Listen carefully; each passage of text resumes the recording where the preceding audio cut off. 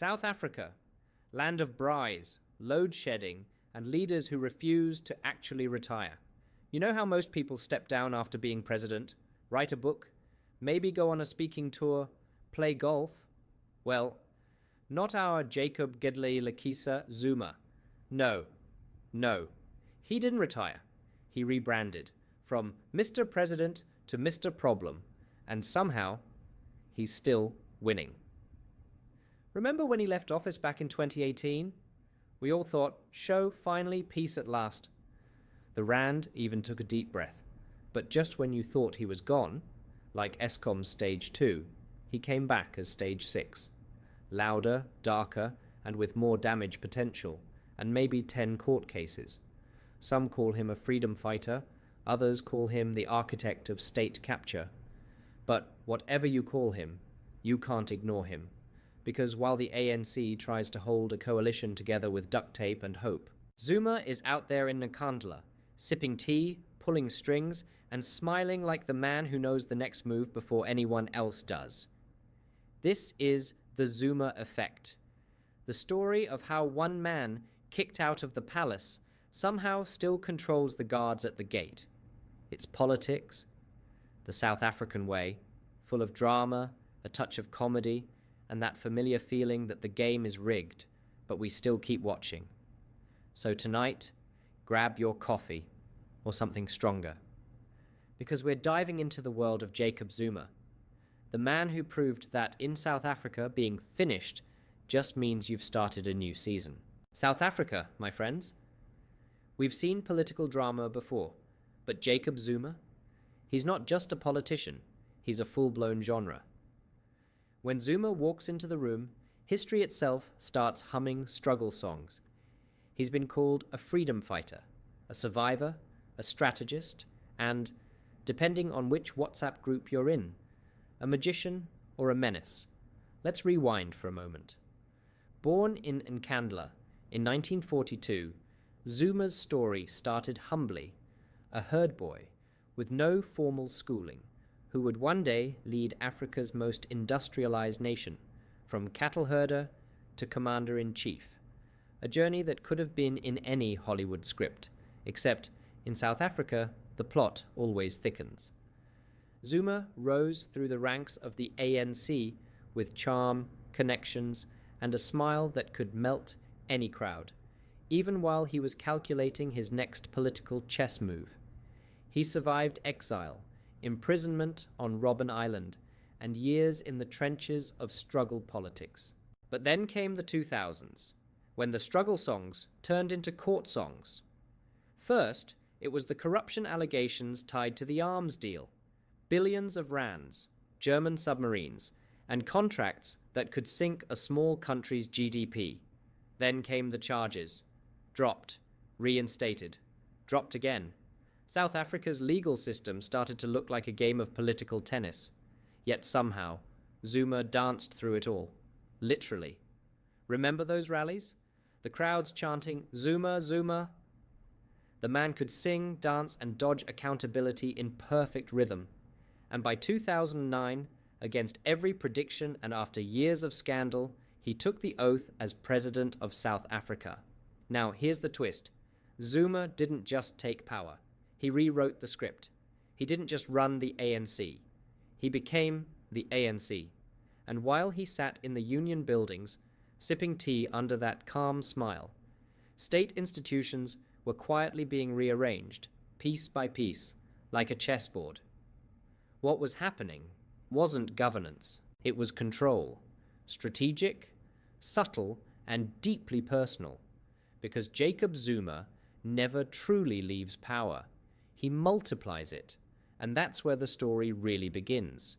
Because even after resigning, after prison, after every political obituary written about him, he's still out there, pulling strings, smiling for the cameras, and reminding everyone, you can't stop what you didn't start. You see, most presidents retire to write books or play golf, but Jacob Zuma? No, he chose a different hobby, running South African politics from his living room in Nkandla. The man doesn't need an office. He's got influence Wi-Fi. After his resignation in February 2018, when Cyril Ramaphosa took over with his New Dawn speeches and investor smiles, many thought Zuma was done, finished. Even the Rand celebrated for a few days, but it turns out Zuma never left the stage. He just changed the lighting. Behind the scenes, he was building something many dismissed as a vanity project, the Umkhonto we Sizwe Party, or simply the MK Party. At first, it sounded like a retirement side hustle, but then South Africa blinked, and the MK Party became a national force. In the 2024 elections, they didn't just perform, they exploded. More than 2.3 million votes, 58 seats in parliament, and a message that shook Luthuli House to its foundations. We're not done yet. And where was Zuma during all this? Smiling, dancing, making jokes about the real ANC. But here's the genius, or madness, depending on how you look at it. Zuma didn't even put himself on the ballot. He didn't have to. He simply put his face on the movement. It was his political spirit that ran in the veins of that campaign. His voice echoed in the slogans. His history, both glorious and controversial, became the new brand. And while Ramaphosa was busy trying to sell the idea of unity through the Government of National Unity, GNU, Zuma was uniting something far more dangerous: discontent.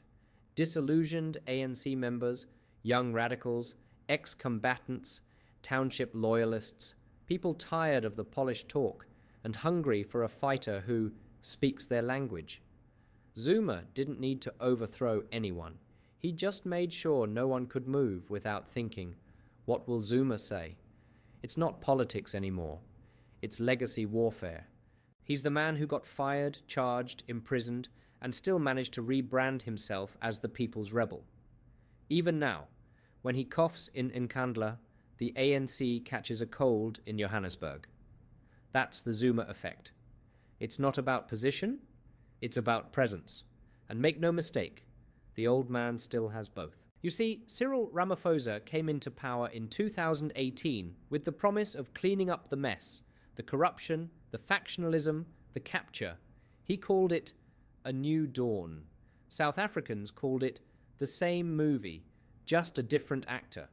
Because here's the thing, Cyril never really defeated Jacob Zuma. He inherited Zuma's party and all its problems. The ANC that Ramaphosa leads today is still the one that Zuma built in his image, full of loyalty networks, tender comrades, and people who still take their instructions from Nkandla before they check the union buildings. And every time Cyril tries to assert authority, Zuma reminds him, subtly or not, that he can still pull the plug. Remember 2021, when Zuma's arrest sparked the worst riots in democratic South Africa's history. Over 350 people dead, billions of rands in damage. And what did we learn from that chaos? That one man, sitting quietly in his Nkandla compound, could bring the country to its knees without even making a speech. Zuma may have lost the presidency, but he never lost power, because power in South Africa isn't just about the title. It's about who can turn off the lights. And Zuma still knows exactly where the switch is. Now, fast forward to 2024. The elections come. The ANC loses its majority for the first time in 30 years. And suddenly, who reappears on the stage? Jacob Zuma. Older, angrier, and armed with a brand new weapon, the Umkhonto we Sizwe Party. And that's when Cyril's new dawn started to look like the same old dusk. Because even though Zuma's MK Party didn't win a national majority, it stole the ANC's soul, especially in KwaZulu-Natal. The very province that used to be Ramaphosa's headache became his migraine. And the funniest part? Cyril couldn't even get mad, because he knows. Zuma is like that uncle who crashes the wedding, eats the cake, and still leaves with the bride's phone number. He's messy, he's unpredictable, but he's always in the picture. And now, with the government of national unity forcing Cyril to share power with people like DA's John Steenhuisen and IFP's Velenkosini Hlabisa, he's got no choice but to play the diplomat, while Zuma plays the disruptor from the shadows. In short, Cyril governs the country, but Zuma still controls the temperature. And the question we'll ask in part 4 is, if Jacob Zuma can lose everything and still pull the strings, who then is really running South Africa? You could almost hear the laughter from Nkandla when the 2024 election results came in, because what everyone called the Zuma comeback wasn't just a comeback, it was a revenge tour. Think about it. Jacob Zuma was written off, legally cornered, politically finished. Then, boom, his new party, the Umkhonto weSizwe MK party, explodes onto the scene, taking over 14% of the national vote and absolutely dominating KwaZulu-Natal. For perspective, that's around 2.5 million votes, from a man who wasn't even allowed to run for president at first. The ANC, meanwhile, crashed to its worst result in history, around 40% nationally, losing control of provinces they once thought were untouchable. And that's when you knew Jacob Zuma didn't need the union buildings anymore. He already had the streets, the loyalists, and the chaos. MK wasn't just a political party. It was a message. A giant middle finger to the ANC, the Constitutional Court, and the so-called New Dawn. It was Zuma's way of saying, you might have removed me from office, but you'll never remove me from the system. And honestly, he was right, because the MK party didn't just hurt the ANC, it reshaped the country's entire political map. Suddenly, KZN wasn't the ANC's fortress, it was Zuma country again, and every rally, every speech, every dance in his trademark leather jacket reminded South Africans that Zuma knows exactly how to play the game of politics, not through policy or strategy, but through emotion. He doesn't talk about GDP growth or fiscal targets. He talks about betrayal, loyalty, history, things that hit deep.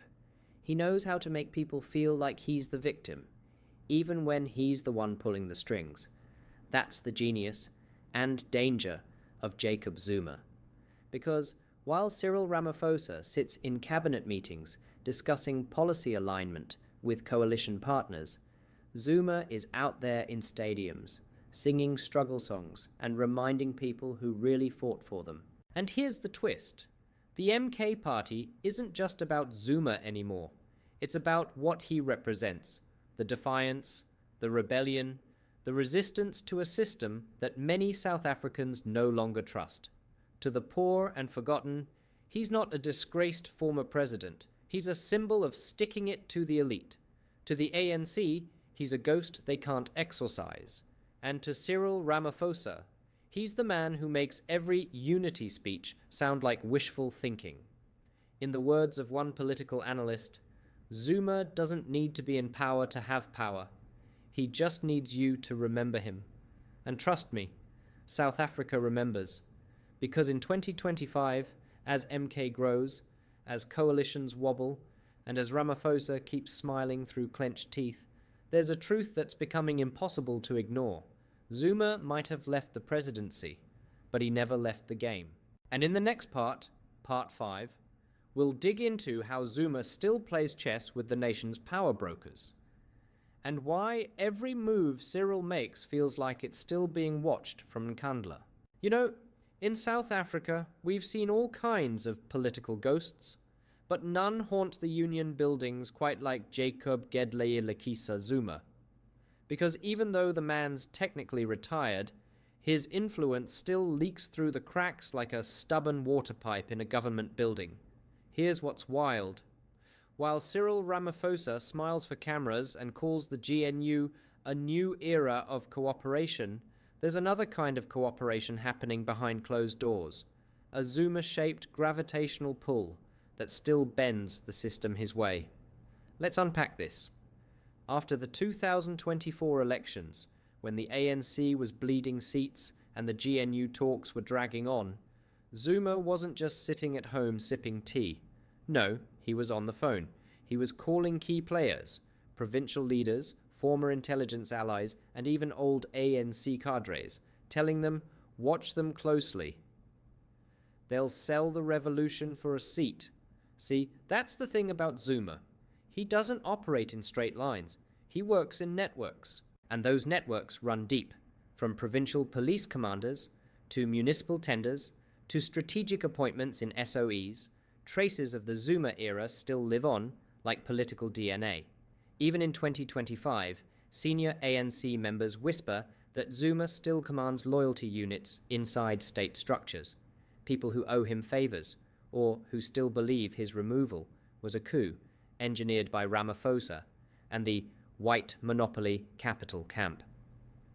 You might remember that phrase, white monopoly capital. It wasn't just rhetoric. It was a psychological operation launched during the state capture years, funded by PR firms like Bell Pottinger, all designed to divide, confuse, and protect the empire Zuma built. And even now, the same strategy works. Emotional politics. Yes, vavise them. Victim versus oppressor. Meanwhile, Cyril's GNU, this grand unity of political opposites, is balancing on a knife's edge. Peter Gronewald from the Freedom Front Plus is suddenly the calm one in the room. Imagine that. The same guy once accused of old guard conservatism, now being praised for discipline and consistency. Because when you've got 10 parties fighting for airtime, even quiet competence starts looking like leadership. But let's go back to the point, Zuma's shadow.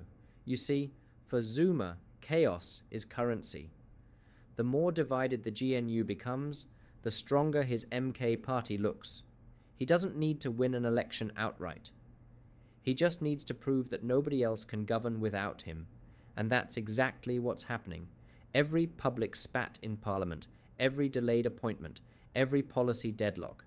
It feeds the narrative that the GNU isn't working. And who's waiting in the wings, smiling like a man who saw it coming? Jacob Zuma. Because here's the irony. While the GNU tries to govern the present, Zuma still owns the past. And in South Africa, the past is never really gone. It just changes uniforms. He still commands loyalty in KwaZulu-Natal, a province that's now a powder keg of political volatility. He still draws massive crowds, even after legal bans, court rulings, and media scorn. And most importantly, he still controls emotion. He knows how to make the system look illegitimate while presenting himself as the only one still fighting for the people. That's the long game. Not winning elections, but rewriting the narrative until he's the moral compass again, even if it's pointing backwards. Because Zuma understands something the GNU still doesn't. South Africans don't vote for policies. They vote for stories. And Jacob Zuma, he's still the best storyteller in town. South Africa. Here's a truth that might sting a bit. You can vote a man out of office, but you can't vote out his network. Jacob Zuma may no longer sit behind the presidential desk, but make no mistake, the fingerprints of his era are still all over the machinery of the state. It's not conspiracy, it's continuity. The quiet kind that survives elections, reshuffles, and headlines. Let's start with the intelligence community, the real chessboard of power. Back in the late 2000s, Zuma learned something crucial. Whoever controls the flow of information controls the narrative. So, he placed loyalists in key positions, from crime intelligence to state security. Men and women who didn't just owe him allegiance, but survival. And even after the Zondo Commission laid bare how those networks were abused to protect criminal interests, the truth is, many of those same individuals are still in or around the system. One retired intelligence officer told City Press earlier this year, Zuma didn't build an organization, he built a memory. The people he trained still think like him. That line says everything. Because when you have spies, police officers, and senior bureaucrats who see their loyalty not to the Constitution, but to a person, that's not governance, That's feudalism. Now, fast forward to 2025. The MK party is in full swing, its rallies pulling thousands.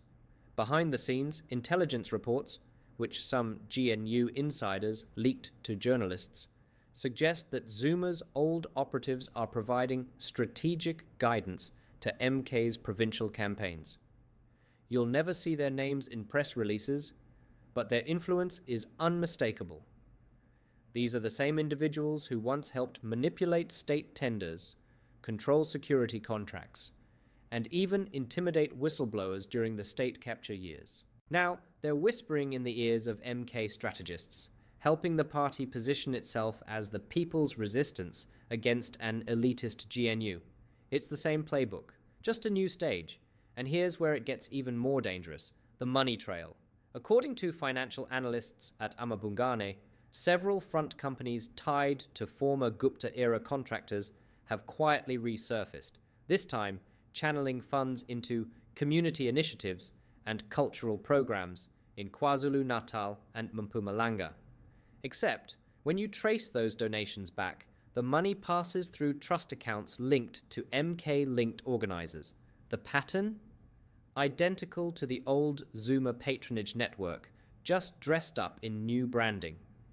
Now imagine trying to govern a country while the ghost of your predecessor is still paying the bills in half your provinces. That's not democracy. That's divided sovereignty. And Ramaphosa knows it. That's why, during the GNU retreat in October 2025, insiders say the president privately raised deep concern over Zuma's parallel intelligence structure. In plain English, he knows there's another network operating under his nose, one that listens, leaks, and influences without accountability. The irony is, many of the officials tasked with dismantling Zuma's influence are themselves his appointees, like cleaning a spider web with the spider still inside it. But here's the most chilling part. The loyalty isn't just institutional, it's emotional. For millions of South Africans, especially in rural KwaZulu-Natal and parts of the Eastern Cape, Zuma isn't a disgraced leader. He's a folk hero. The man who stood up to the elites. The man who spoke Zulu to power.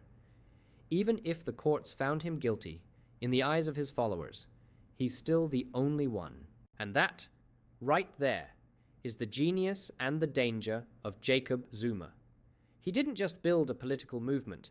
He built a myth of the underdog, the man from Nkandla who outsmarted the intellectuals, the journalists, the lawyers, and even the ANC's own elite, a man who could dance his way through scandal, smile through court summons, and somehow always land on his feet.